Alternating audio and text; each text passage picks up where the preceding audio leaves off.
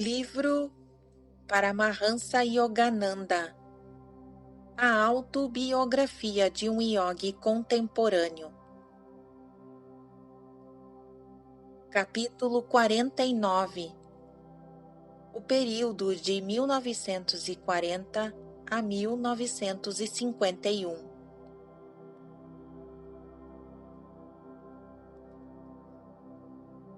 Aprendemos realmente o valor da meditação e sabemos que nada pode perturbar a nossa paz interior.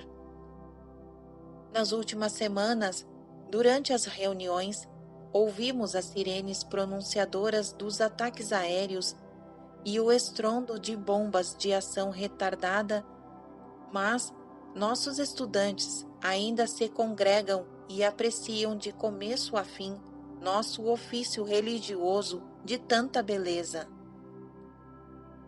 Esta corajosa mensagem escrita pelo líder do centro da SRF em Londres foi uma das muitas que recebi da Inglaterra e da Europa devastada pela guerra durante os anos que precederam a entrada dos Estados Unidos na Segunda Guerra Mundial. O Dr. Cranmer Bing, de Londres, ilustre editor da coleção de obras A Sabedoria do Oriente, escreveu-me em 1942. Lendo a revista East West, observação 426, chama-se agora Self-Realization Magazine. Continuação da narrativa. Lendo a revista, tive consciência da distância que parece existir entre nós. Vivemos aparentemente em dois mundos diversos. A beleza, a ordem, a calma e a paz chegam a mim de Los Angeles como um barco carregado de bênçãos e consolações do Santo Graal entra no porto de uma cidade sitiada.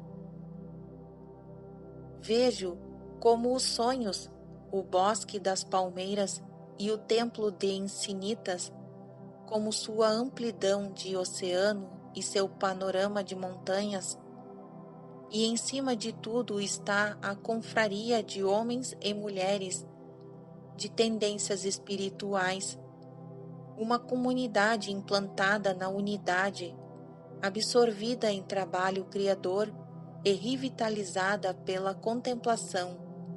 Saudações de toda a fraternidade, enviadas por um soldado raso de sua torre de vigia, aguardando a aurora.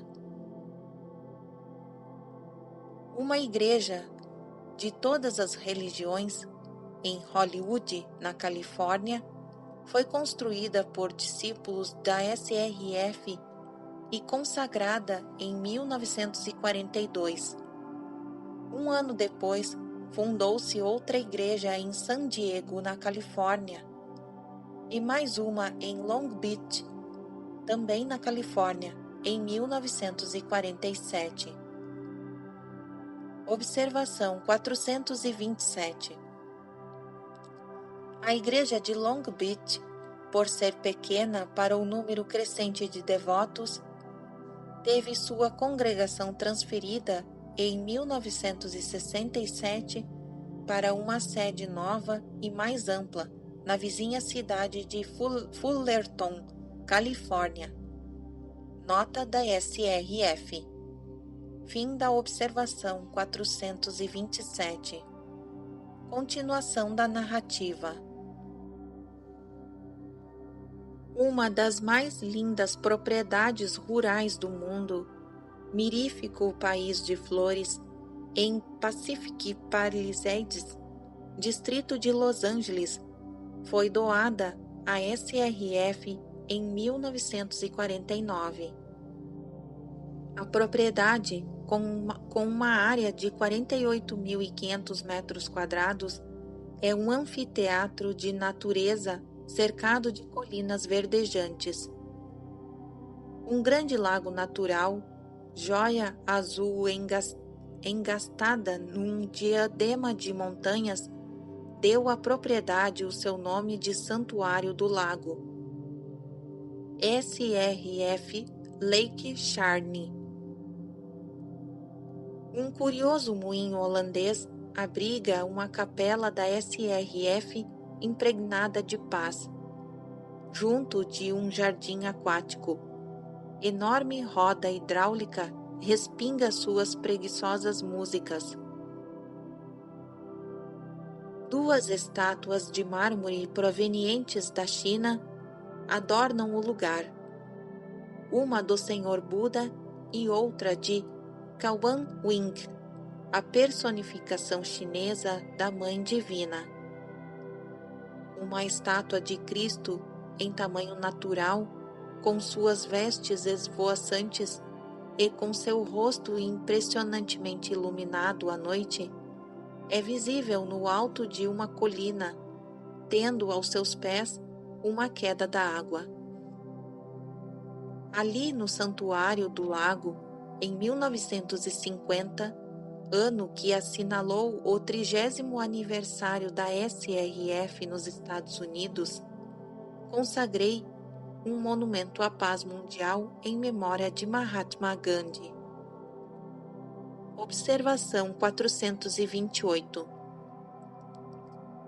Celebrando neste aniversário, dirigi uma sagrada cerimônia à luz de velas, com oferendas de rosas em Los Angeles, em 27 de agosto de 1950, durante a qual dei a iniciação em Kriya Yoga a 500 estudantes. Fim da observação 428. Continuação da narrativa. Um punhado de cinzas do Mahatma Gandhi, remetidas da Índia, foi guardado como relíquia num sarcófago de pedra datando de 1000 anos. Em Hollywood, em 1951, fundou-se um centro da Índia, outro empreendimento da SRF. O vice-governador da Califórnia, o Sr. Godwin Knight, e o cônsul-geral da Índia, o Sr. Ahuja, acompanharam-me no ofício religioso da consagração. No local existe um auditório com capacidade para 250 pessoas. Observação 429. O núcleo com o templo adjacente de um ashram de SRF, sob a direção de devotos que se consagram ao serviço da humanidade e à realização dos ideais de Paramahansa Yogananda em suas próprias vidas. Fim da observação 429. Continuação da narrativa.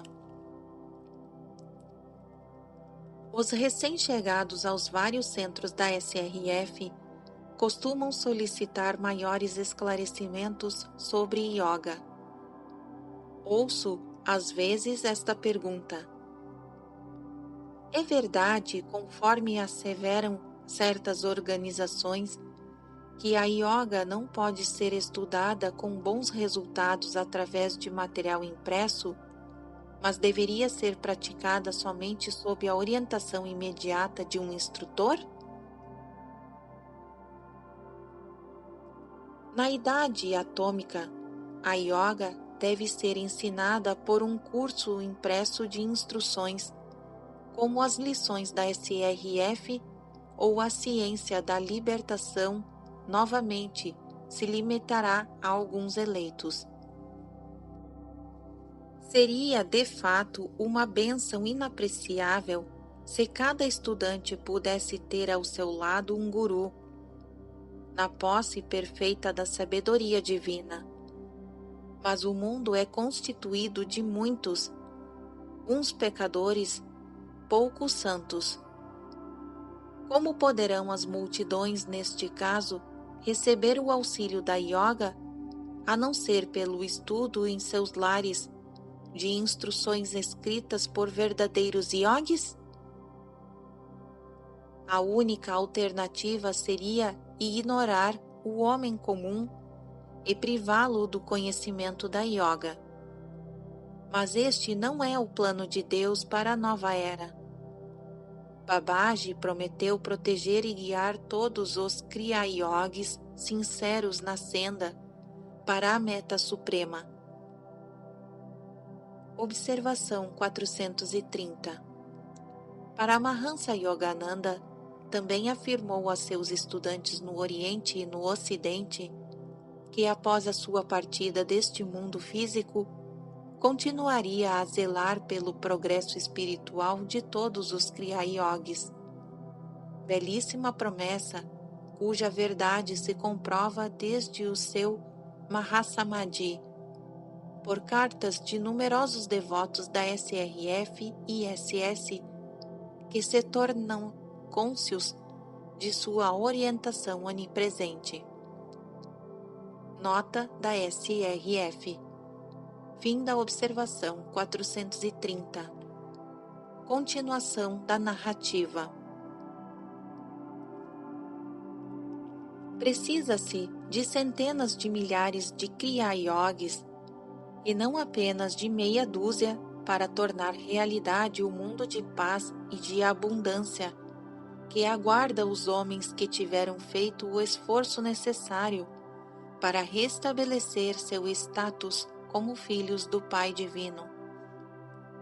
Fundar no Ocidente uma organização como SRF, uma colmeia para o mel espiritual, foi a tarefa que Sri Uksterhar e Babaji me atribuíram. O cumprimento desta sagrada missão de confiança não tem sido isenta de dificuldades. Francamente, Paramahansaji, valeu a pena? Esta lacônica pergunta foi feita certa noite pelo Dr. Lloyd Kennel, dirigente da igreja de SRF em San Diego. Compreendi que era este o sentido da pergunta. O senhor foi feliz nos Estados Unidos? Que tal as falsidades difundidas por pessoas mal orientadas, ansiosas de impedir a expansão da yoga? Que tal as decepções, as mágoas, os dirigentes de centros que não puderam dirigir, os estudantes que não puderam ser ensinados? E respondi: abençoado o homem a quem Deus submete às provas. De vez em quando, ele se recordava de pôr em meus ombros algum fardo. Pensei então em todos os que permaneceram fiéis e no amor, na devoção e no entendimento que iluminam o coração dos Estados Unidos. Devagar, com ênfase, prossegui. Mas minha resposta é sim, 1000 vezes sim. Valeu a pena, muito mais do que sonhei, ver no Oriente e no Ocidente e estreitar em sua proximidade pelo único vínculo duradouro, o espiritual. Todos os grandes mestres da Índia, que demonstraram um agudo interesse pelo Ocidente, compreenderam muito bem as condições modernas. Eles sabem que os problemas do mundo continuarão insolúveis, enquanto todas as nações não assimilarem melhor as virtudes características do Oriente e do Ocidente. Cada hemisfério necessita daquilo que o outro tem a oferecer de melhor. No decurso de minha viagem pelo mundo, observei com tristeza muito sofrimento. Observação 431. Essa voz me envolve, como o oceano rebentando em praia. E acha-se a tua terra tão arruinada, um acúmulo de destroços sobre destroços? Veja, tudo foge de ti. Por que tu fugistes de mim? Tudo o que tomei de ti, tomei-o. não para fazer-te mal, apenas para que tu o buscastes em meus braços. Tudo o que tu fantasias de criança imaginou perdido, eu armazenei para ti em meu lar. Levanta-te, agarra a minha mão e vem. Trecho registrado por Francis Thompson em O Perdigueiro do Céu. Fim da observação 431. Continuação da narrativa.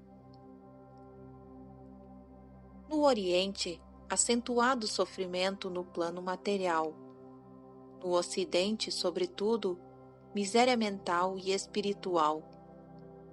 Em todos os países, repercutem os dolorosos efeitos de civilizações desequilibradas.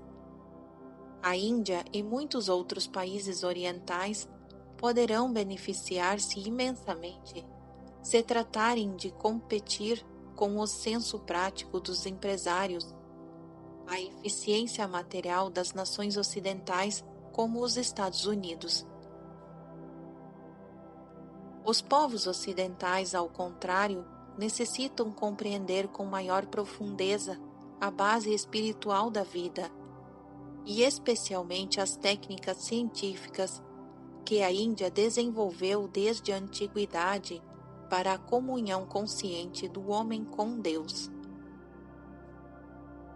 O ideal de uma civilização equilibrada não é quimérico. Durante milênios, a Índia foi simultaneamente o país da luz espiritual e de bem distribuída prosperidade material. A pobreza dos últimos 200 anos é uma longa história da Índia, apenas uma fase kármica passageira. Proverbial. Em todo o mundo, século após século, era a expressão Fausto das Índias. Observação 432. O arquivo da história apresentada à Índia até o século XVIII como a nação mais rica do mundo. A propósito, na leitura e na tradição indianas, não se encontra qualquer fundamento para a teoria histórica corrente no hemisfério ocidental de que os primeiros arianos invadiram a Índia, vindos da Europa ou de algumas outras partes da Ásia. É compreensível que os eruditos não possam fixar um ponto de partida para esta viagem imaginária. Prova intrínseca nos Vedas, indicando a Índia como a pátria imemorial dos hindus, foi apresentada num volume incomum e de atraente leitura. A Índia do Rig Veda, de Abhinas Chandra Das, publicado em 1921 pela Universidade de Calcutá. O professor Das sustenta que imigrantes da Índia se estabeleceram em várias regiões da Europa e da Ásia, difundindo o idioma e o folclore arianos. A língua lituana, por exemplo, apresenta notável similitude com o sânscrito, sob muitos aspectos. O filósofo Kant, que ignorava inteiramente o sânscrito, surpreendeu-se com a estrutura científica da língua lituarta.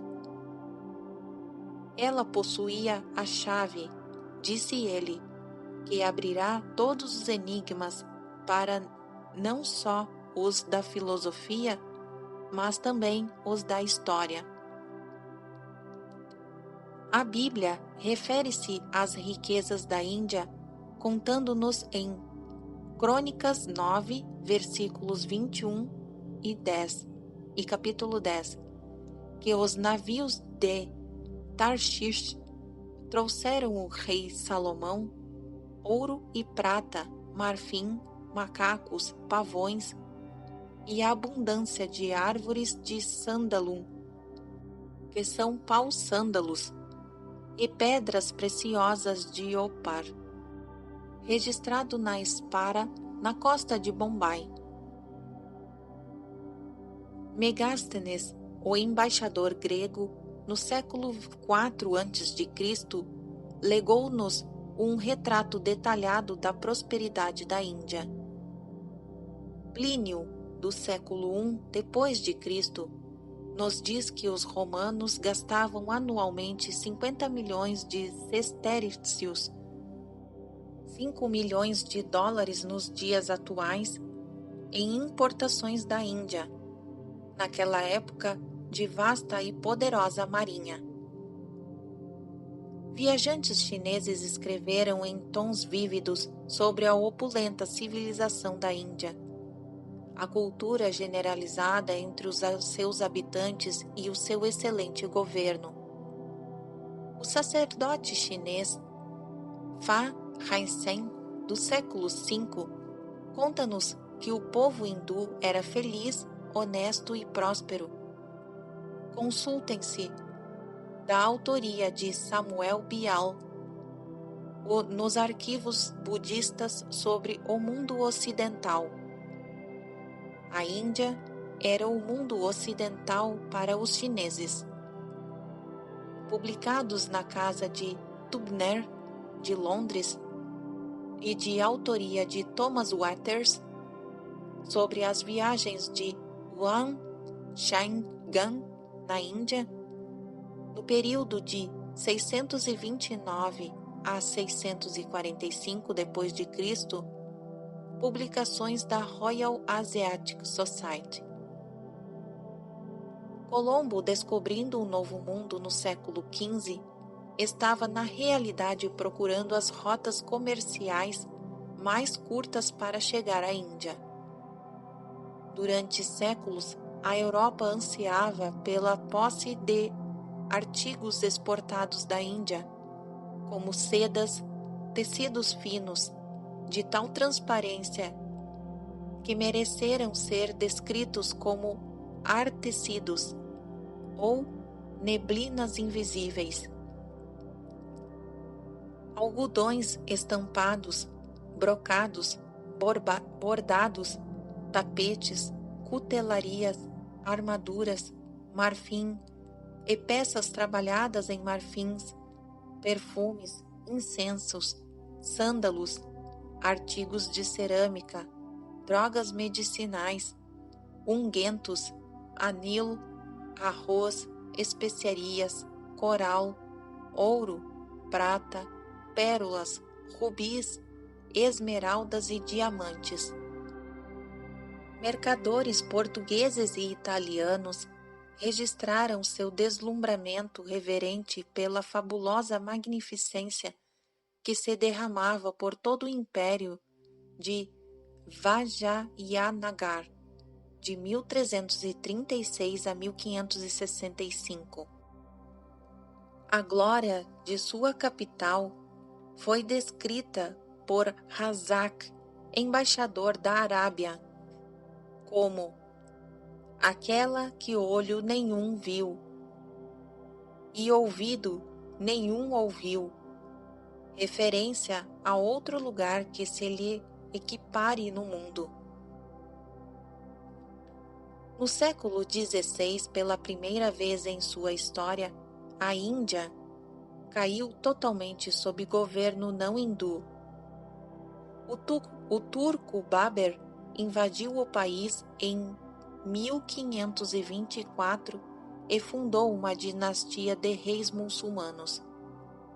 Estabelecendo-se em país tão antigo, os novos monarcas não lhe drenaram as riquezas a ponto de exauri-lo.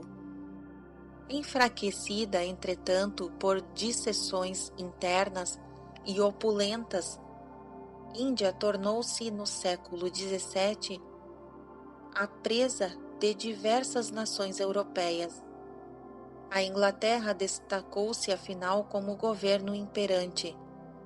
A Índia alcançou pacificamente a sua independência em 15 de agosto de 1947.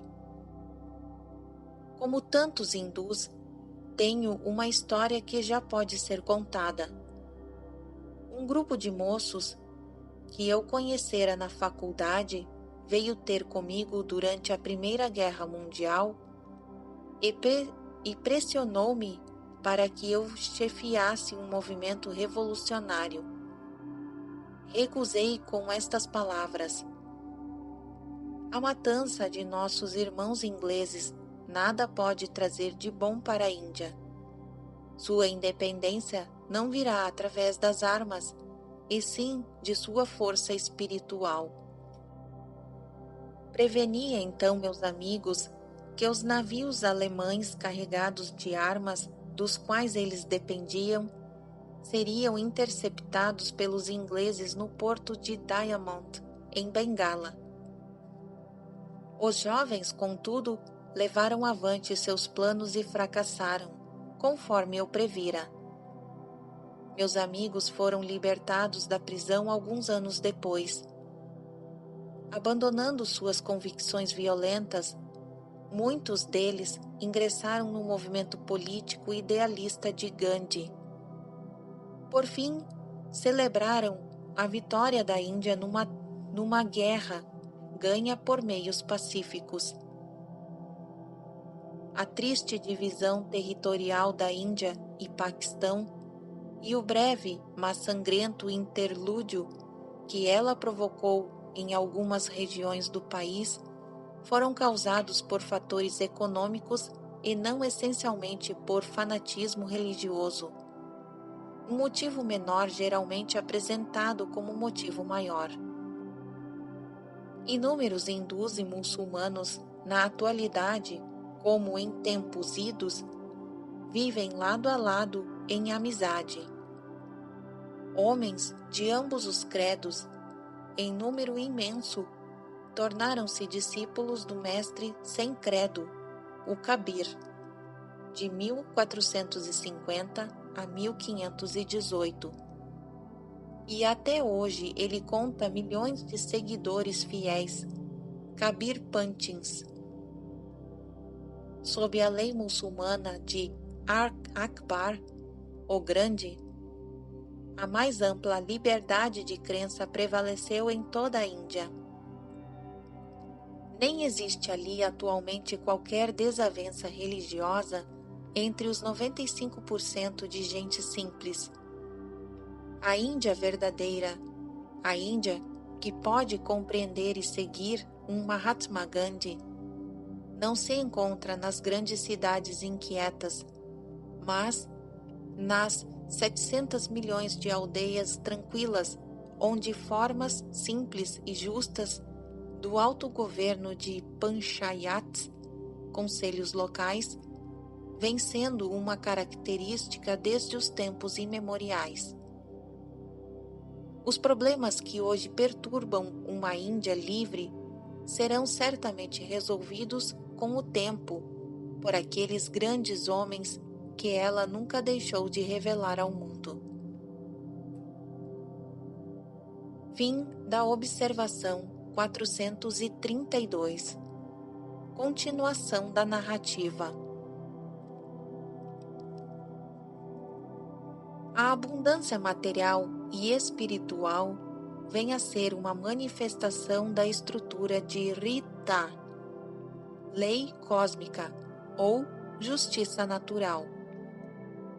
Não há parcimônia no espírito divino, nem em sua deusa nos fenômenos, a exuberante natureza. As escrituras hindus ensinam que o homem é atraído para este planeta a fim de aprender e aprender melhor a cada dia, a cada vida sucessiva, as infinitas variantes em que o espírito pode não só expressar-se através das condições materiais, mas também governá-las. O Oriente e o Ocidente estão aprendendo esta grande verdade, de maneiras diversas, e deveriam partilhar de bom grado, um com o outro, as suas descobertas. Acima de qualquer dúvida, agrada ao Senhor que os seus filhos terrenos lutem por alcançar para o mundo uma civilização livre de pobreza, doença e ignorância espiritual. O esquecimento pelo homem de seus divinos recursos é resultado de uso incorreto de seu livre-arbítrio e causa primeira de todas as outras formas de sofrimento. Observação 433. Este é um trecho do Milton, do livro Paraíso Perdido. Livremente servimos, porque livremente amamos. Em nosso arbítrio de amar ou não, livres, nos firmamos ou caímos. Em alguns estão caídos em desobediência, decaindo do céu ao inferno mais profundo. Ó queda, de alto estado de beatitude! Ah, que aflição! Fim da observação 433. Continuação da narrativa. Os males atribuídos a uma abstração antropomórfica chamada sociedade podem ser imputados mais realisticamente a cada homem. Observação 434. O plano do fila divino, ou atividade desportiva, que trouxe à existência o mundo dos fenômenos, é um jogo de reciprocidade entre a criatura e o Criador. A única dádiva que o homem pode oferecer a Deus é o amor. Este basta para provar sua generosidade avassaladora. Vós, a nação inteira, me roubastes. Trazei todos os dízimos ao meu celeiro, para que haja mantimento em minha casa, e depois fazei prova de mim, diz o Senhor dos Exércitos. Se eu não vos abrir as comportas do céu e não derramar sobre vós uma bênção tal, que não haverá espaço suficiente para recebê-la.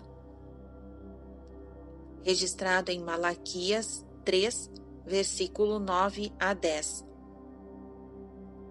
Fim da observação 434. Continuação da narrativa. A utopia deve medrar na intimidade de cada peito humano antes que possa florir em virtude cívica, pois as reformas internas conduzem naturalmente às externas. Um homem que se reformou a si mesmo reformará milhares de outros. As escrituras do mundo submetidas ao teste do tempo são em essência uma só, inspirando o homem em sua jornada ascendente. Passei um dos períodos mais felizes de minha vida ditando para a Self-Realization Magazine minha interpretação de trechos do Novo Testamento. Implorei fervorosamente ao Cristo para que me guiasse na apreensão do verdadeiro significado de suas palavras, muitas das quais têm sido gravemente desvirtuadas durante 20 séculos. Uma noite, quando silenciosamente me entregava à prece, minha sala de trabalho no eremitério de Encinitas inundou-se de luz azul cor de opala. Contemplei a forma resplandecente do abençoado Senhor Jesus.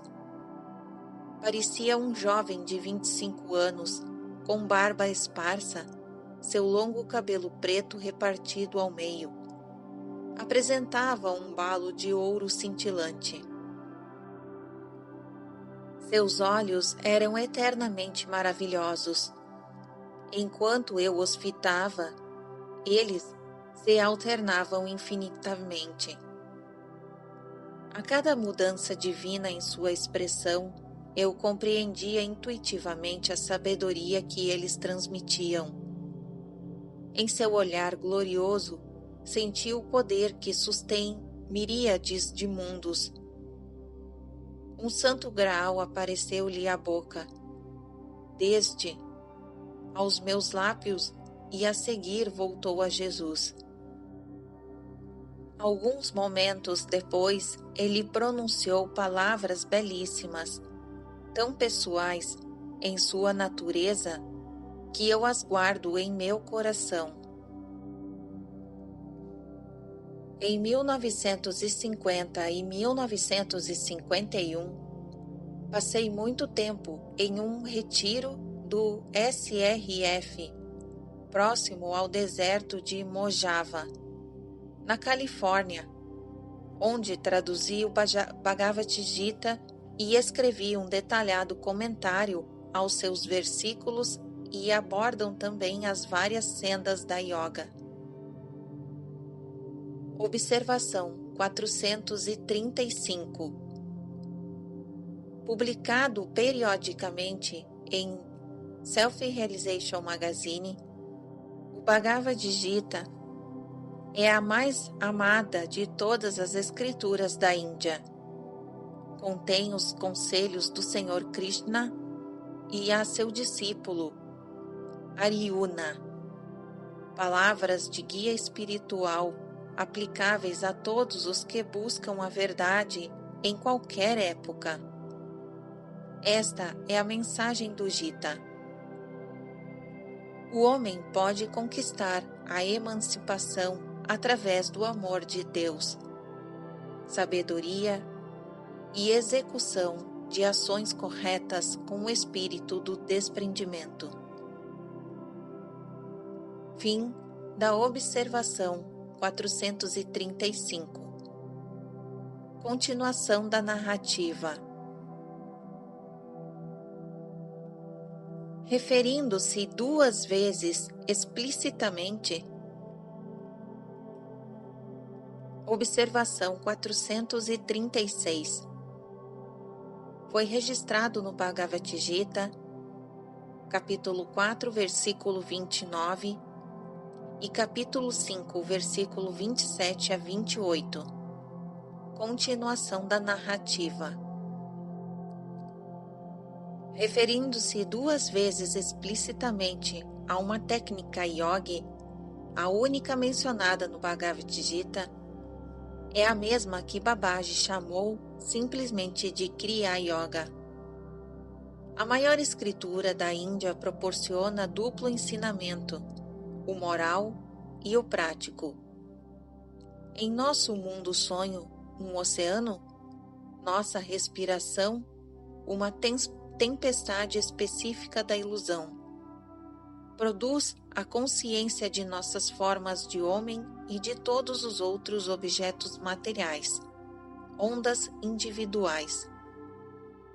O mero conhecimento filosófico e ético é insuficiente para despertar o homem do doloroso sonho de que a sua existência é separada das outras. Sabendo-o, o Senhor Krishna deu realce à ciência sagrada que possibilita ao homem dominar o seu corpo e convertê-lo à vontade, em energia pura. A possibilidade desta proeza yogi não está além da compreensão teórica dos cientistas modernos, pioneiros de uma idade atômica. Já se provou que toda a matéria é redutível à energia. As escrituras hindus exaltam a ciência porque é aplicável, sem exceção, a todos os homens. O mistério da respiração é verdade, já foi algumas vezes desvendado, sem emprego de técnicas yogis formais, como no caso do místico não hindus, que possuíam poderes transcendentes de devoção ao Senhor. Tais santos do cristianismo, do islamismo e de outras religiões foram observados de fato em transe de imobilidade e ausência de respiração. Sabikalpa Samadhi. Observação 437. Vimos isso no capítulo 26. Entre os místicos cristãos que foram observados em Sabikalpa Samadhi, pode-se mencionar Santa Teresa de Ávila, cujo corpo se imobilizava a ponto de as assombradas monjas do convento serem incapazes de alterar a posição da madre ou a de fazê-la a voltar à consciência do mundo exterior. Fim da observação 437. Continuação da narrativa. Este estado de falta de respiração, ausência da respiração, sem a qual ninguém pode penetrar nas primeiras fases da percepção de Deus. Contudo, depois que um santo alcançou o Nirvikalpa, ou o mais elevado, o Samadhi, acha-se irrevogavelmente estabelecido no Senhor. Respire ou não, esteja imóvel ou ativo. O Frei Lawrence, místico cristão do século XVII, conta-nos que teve o seu primeiro vislumbre da experiência de Deus ao contemplar uma árvore. Quase todos os seres humanos viram uma árvore. Poucos, infelizmente, viram, através dela, o Criador da árvore. A maioria é absolutamente incapaz de invocar aqueles poderes de devoção irresistíveis, possuídos sem esforço por alguns ekantes, santos de um só supremo objetivo, encontrados em todas as sendas religiosas, seja do Oriente ou do Ocidente. Entretanto, o homem comum não se acha, por isso, excluído da possibilidade de comungar com Deus.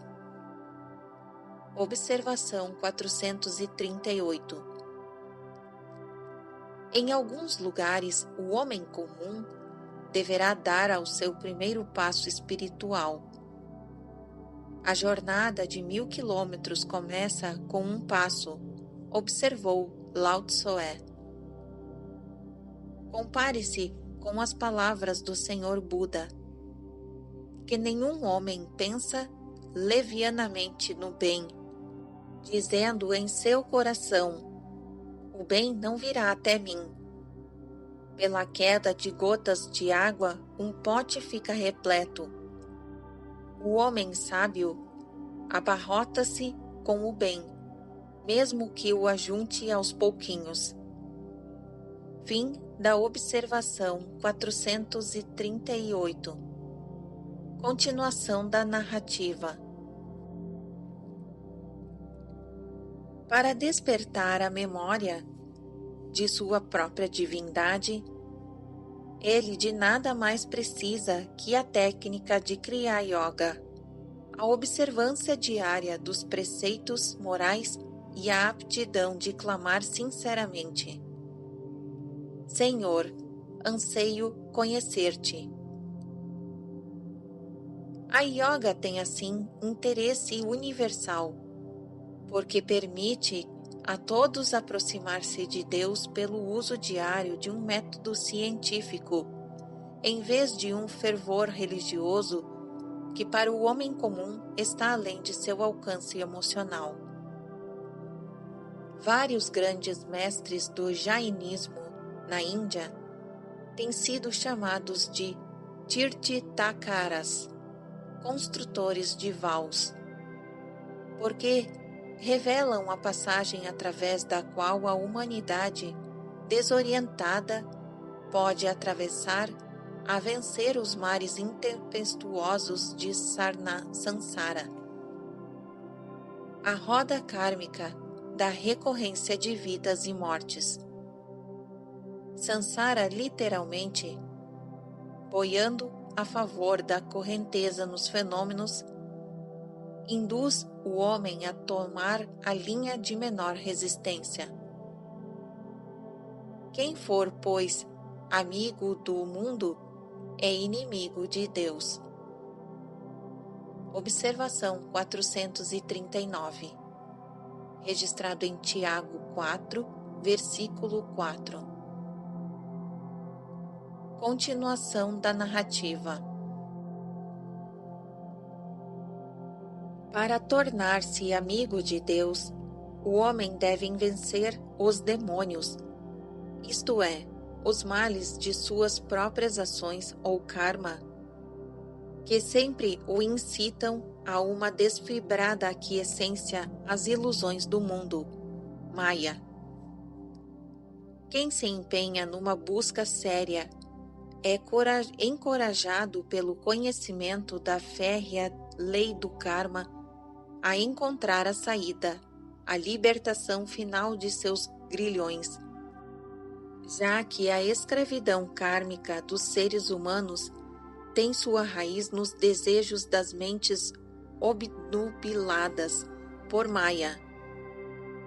O yogi se interessa pelo controle da mente. Observação 440. Imperturbável, uma vela queima, abrigada do vento. Este é o símile do yogi, cerrada às tormentas dos sentidos, mas ardendo vivamente para o céu.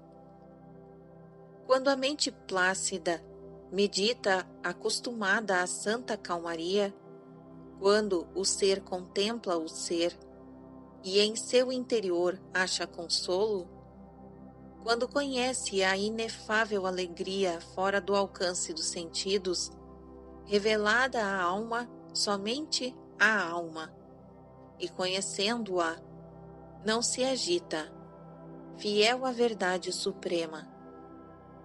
Quando, possuindo-a, não considera outro tesouro a ela comparável, mas, ao abrigo desse porto, não se excita nem se perturba com alguma aflição gravíssima.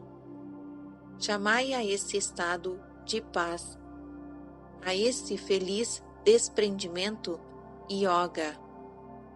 Chamai a esse homem o perfeito yogi. Registrado no Bhagavad Gita, capítulo 6, versículos 19 a 23. Tradução de Arnold para o inglês. Fim da observação 440. Continuação da narrativa. E despoja-se de vários mantos de ignorância kármica para contemplar-se a si mesmo em sua essência nativa. O mistério da vida e da morte, cuja solução é o único objetivo da passagem do homem pela Terra, está intimamente entrelaçado com a respiração. A ausência de respiração é a ausência de morte. Tendo experiência desta verdade, os antigos rishis da Índia apoderaram-se desta chave única, a da respiração, e desenvolveram uma ciência racional e exata de não respiração. Se não tivesse a Índia outra dádiva para oferecer ao mundo, e Kriya Yoga, só por si bastaria como presente régio. A Bíblia contém passagens reveladoras de que os profetas hebreus estavam cientes de ter Deus criado a respiração para servir de vínculo sutil entre o corpo e a alma. O Gênesis afirma: O Senhor Deus formou o homem do pó da terra e soprou em suas narinas o alento de vida, e o homem tornou-se uma alma vivente. Observação 441, registrado em Gênesis 2, versículo 7. Continuação da narrativa. O corpo humano compõe-se de substâncias químicas e metálicas, que também se manifestam energia e movimento. Se não fosse as correntes vitais transmitidas pela alma ao corpo, por intermédio da respiração ou energia gasosa, nossos homens não iluminados nas correntes de vida, operando no corpo sob a forma de prana quíntuplo ou cinco energias vitais sutis, são manifestações da vibração A1 da alma onipresente. O reflexo, a verossemelhança da vida que, refulgindo nas células da carne, tem sua origem na alma, é a causa única do apego do homem ao corpo. É óbvio que ele não prestaria solícita homenagem a um punhado de argila. Um ser humano identifica-se falsamente com sua forma física, porque as correntes vitais da alma são transportadas pela respiração para o interior da carne, com tamanha intensidade que o homem toma o efeito pela causa e supõe idolatramente que o corpo tem vida própria. O estado consciente do homem associa-se à percepção do corpo e da respiração. No estado subconsciente ativo, durante o sono, a mente separa-se temporariamente do corpo e da respiração. Em estado superconsciente, o homem se liberta da ilusão de que a sua existência depende do corpo e da respiração. Observação 442.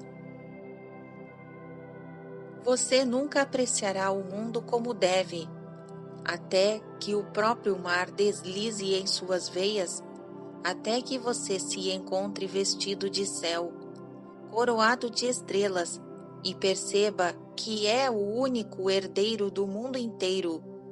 E mais do que isso, porque nele existem homens que são outros tantos herdeiros únicos, seus iguais, até que você possa cantar e deliciar-se e regozijar-se em Deus, como os miseráveis fazem com o ouro e os reis com os cetros, até que se familiarize com os caminhos de Deus em todos os tempos, como se fossem seu passo à sua mesa, até que você tenha alcançado intimamente com esse indefinível nas sombras do qual o mundo foi feito.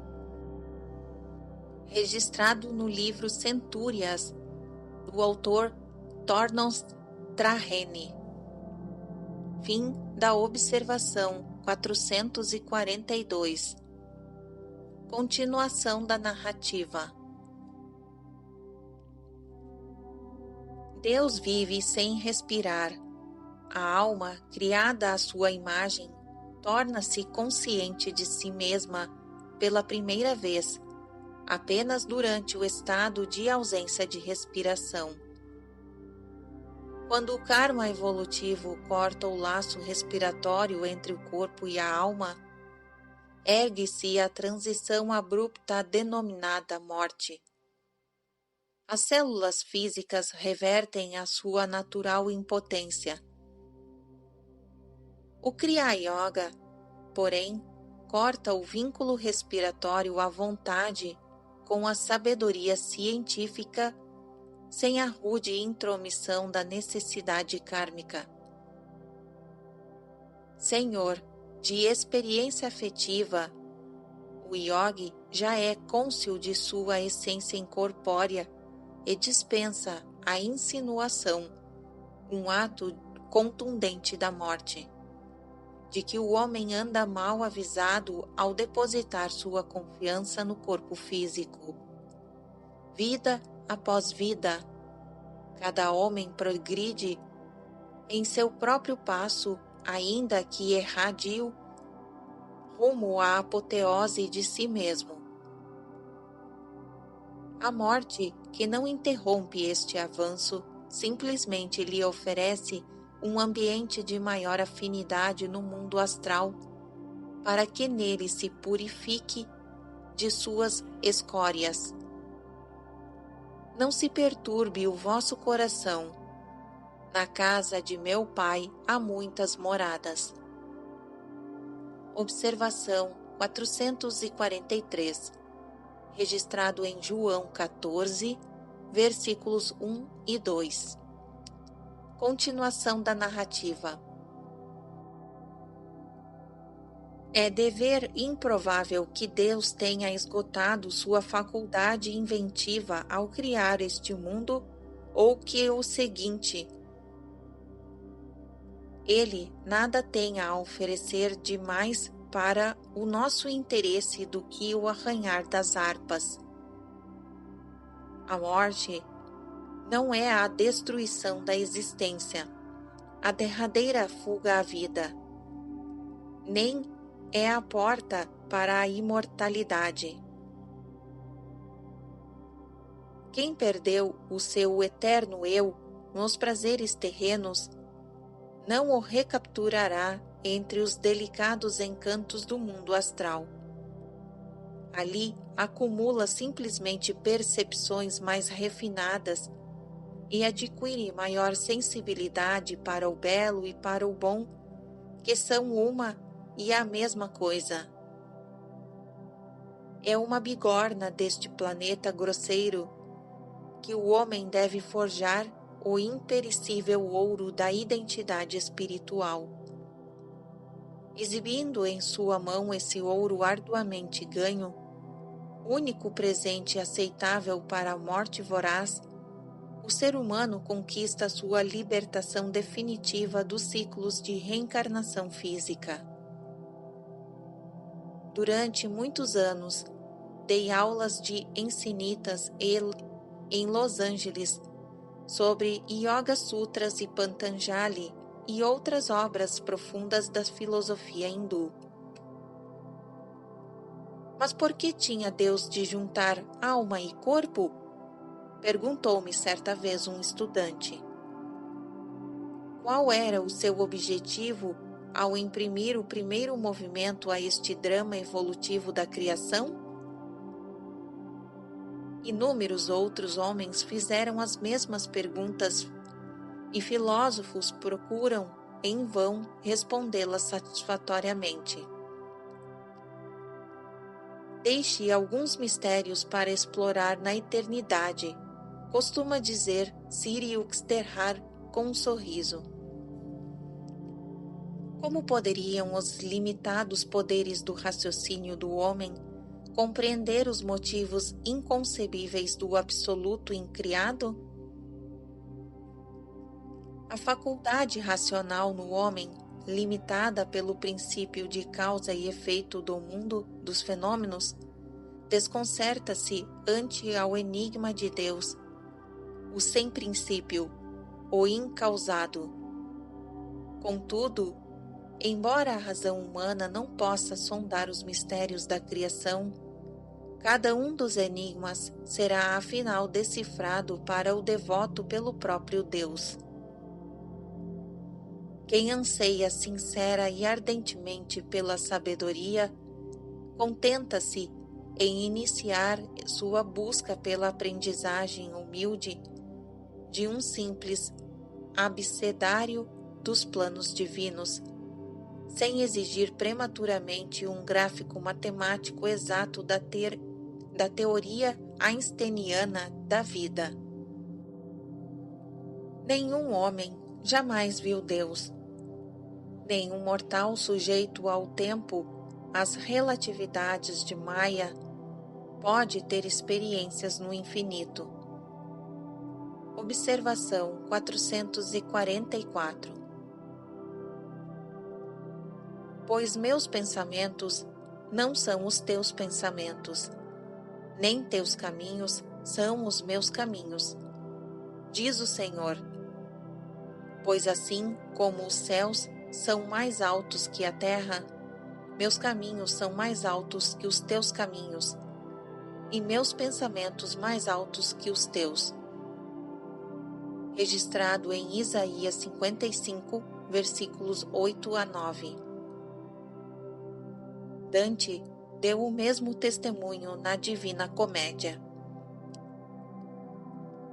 Estive naquele céu, o mais iluminado pela luz que provém dele, e vi coisas indizíveis. Quem regressa não tem, para exprimi-las, talento nem ciência. Pois quando se aproxima do objeto de seu ardente desejo, nosso intelecto sente-se tão profundamente comovido que nunca pode refazer a senda palmilhada. Mas tudo quanto do reino sagrado a memória teve o poder de entesourar será meu tema até que o verso finde. Fim da observação 444. Continuação da narrativa. O Filho unigênito, que está no seio do Pai, a consciência crística, reflexo do Pai, ou projeção exterior da inteligência perfeita, que guiando todos os fenômenos estruturais através da vibração A1, emergiu do seio ou das profundezas do divino incriado a fim de expressar multiplicidade da unidade. Revelou, sujeito à forma, manifestou. Esse mesmo Pai. Observação 445. Registrado em João 1, versículo 18. Continuação da narrativa. Em verdade vos digo, explicou Jesus. O Filho por si mesmo nada pode fazer, mas apenas o que vê o Pai fazer, porque tudo o que o Pai fizer, o Filho também o faz. Observação 446, registrado em João 5, versículo 19. Continuação da narrativa. A tríplice natureza de Deus, conforme ele se revela no mundo dos fenômenos, é simbolizada nas escrituras hindus por Brahma, o Criador, Vishnu, o Conservador, e Shiva, o Destruidor Renovador. Sua atividade trina e una patenteia-se incessantemente através da criação vibratória. Como o absoluto situa-se além dos poderes de concepção do homem, o hindu devoto adora-o nas angustas corporificações da Trindade. Observação 447. Uma outra concepção da realidade trinitária chama-se Sat Tet A1, ou Pai, Filho e Espírito Santo, ou Brahma, Vishnu, Shiva. Representam a expressão trina e una de Deus no aspecto de Tet, ou Filho, a consciência crística, imanente na criação vibratória.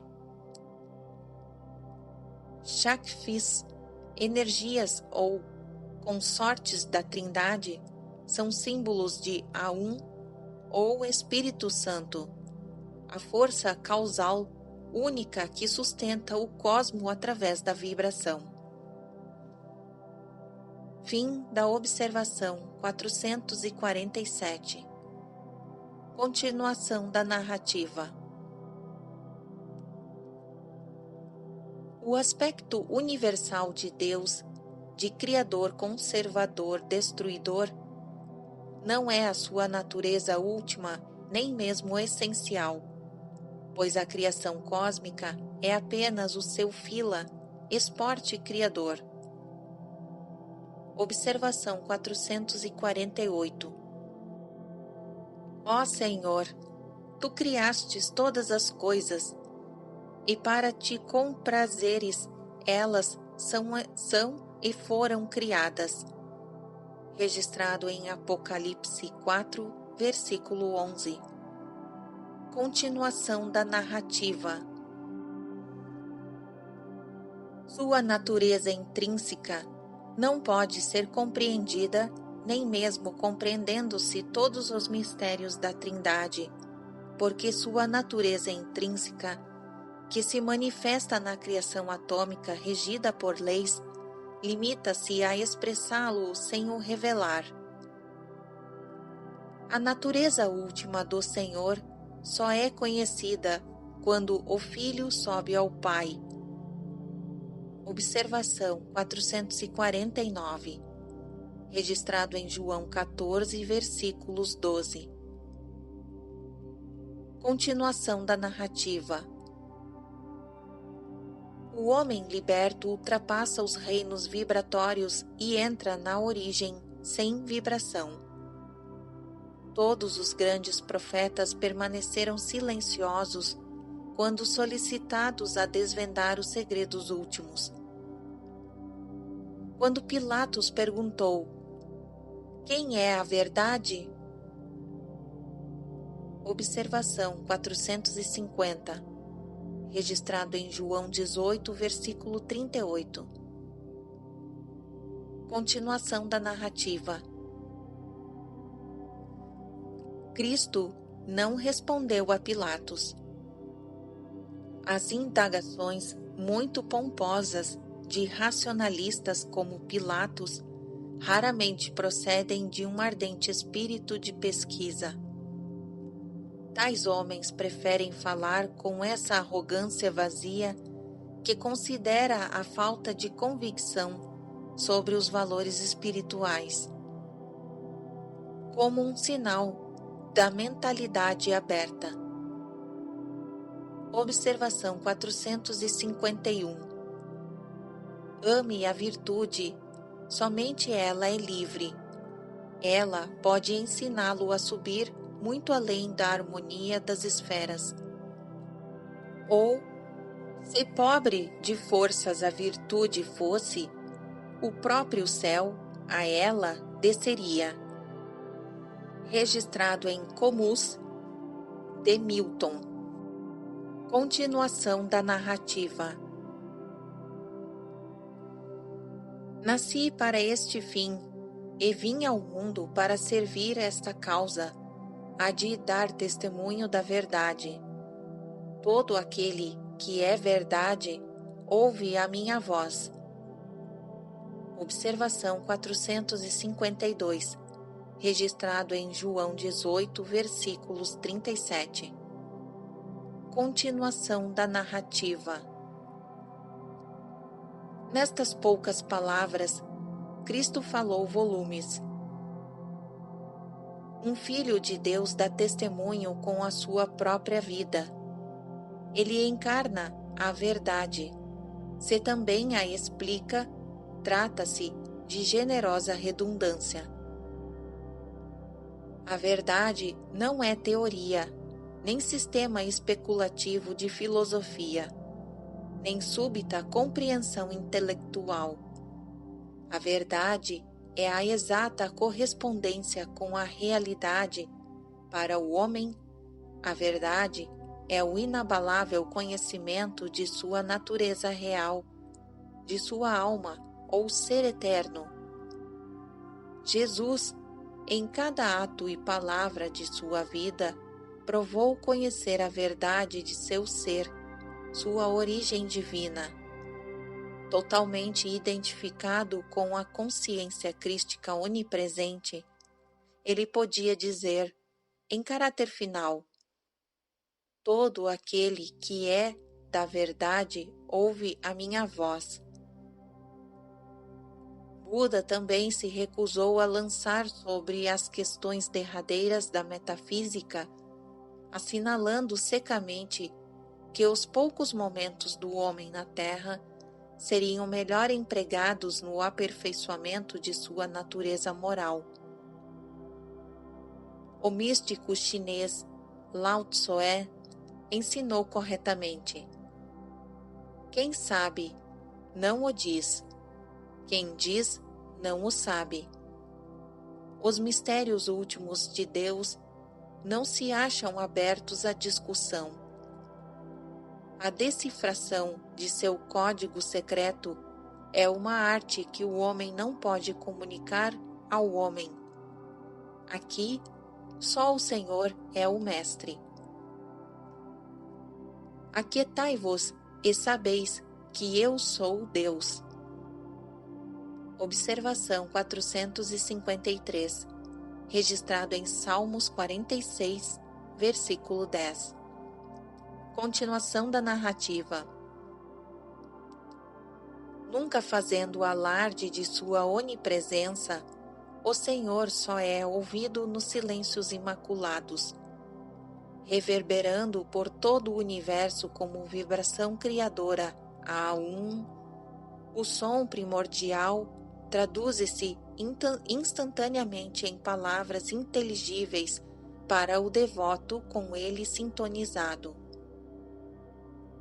O objetivo divino da criação, até onde a razão humana pode compreendê-lo, está exposto nos Vedas.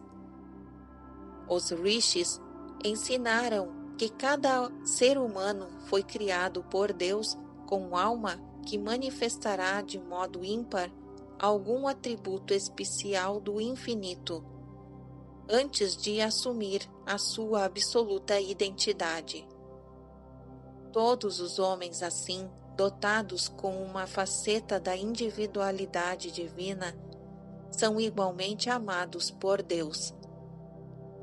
Observação 454. O Senhor me possuiu no início de seus caminhos, antes de criar suas obras mais antigas. Fui ungida desde a eternidade, desde o princípio, antes que a terra fosse.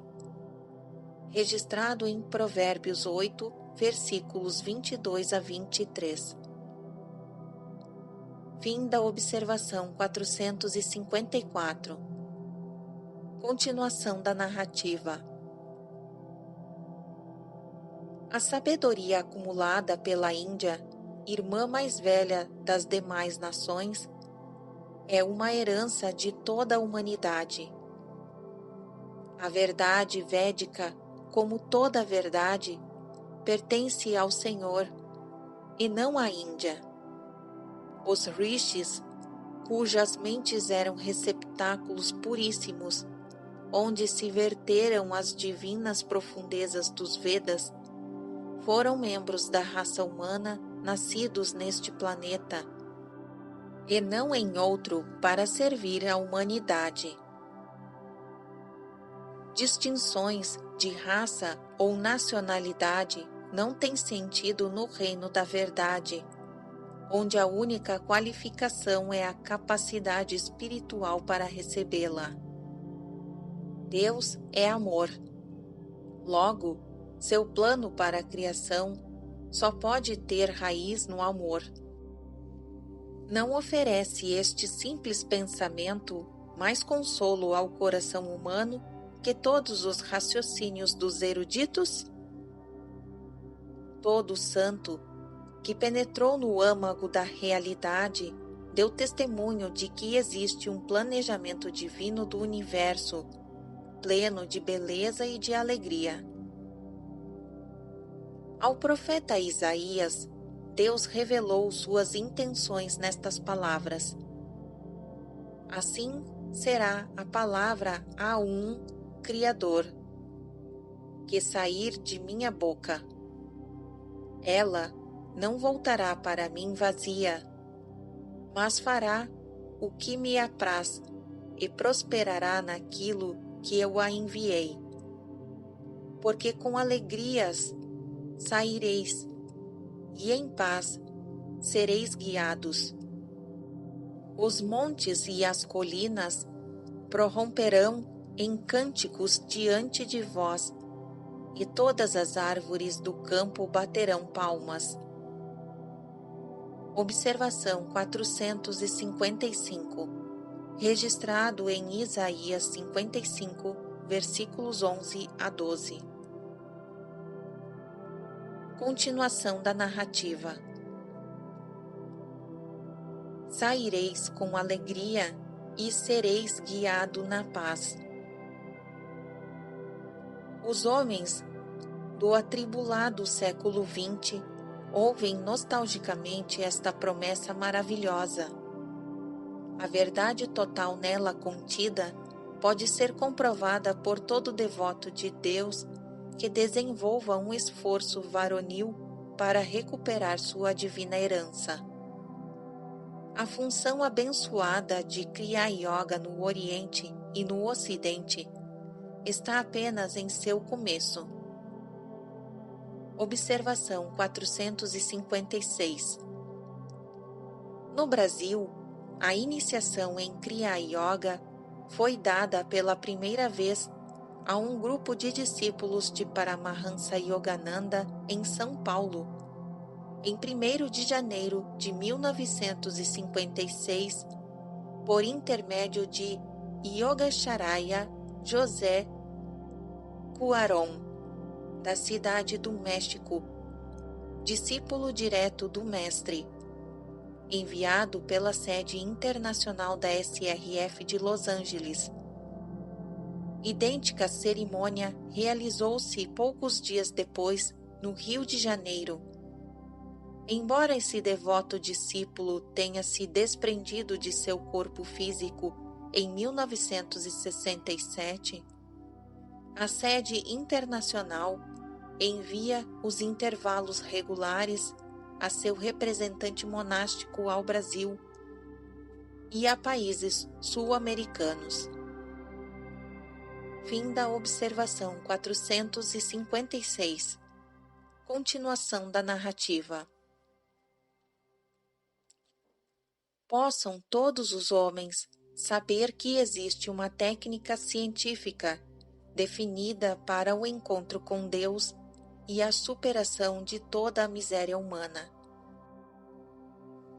Ao enviar vibrações mentais de amor aos milhares de Kriyas Yogis esparsos pela terra como joias Riatlas, quantas vezes penso agradecido: Senhor, tu destes a este monge uma grande família.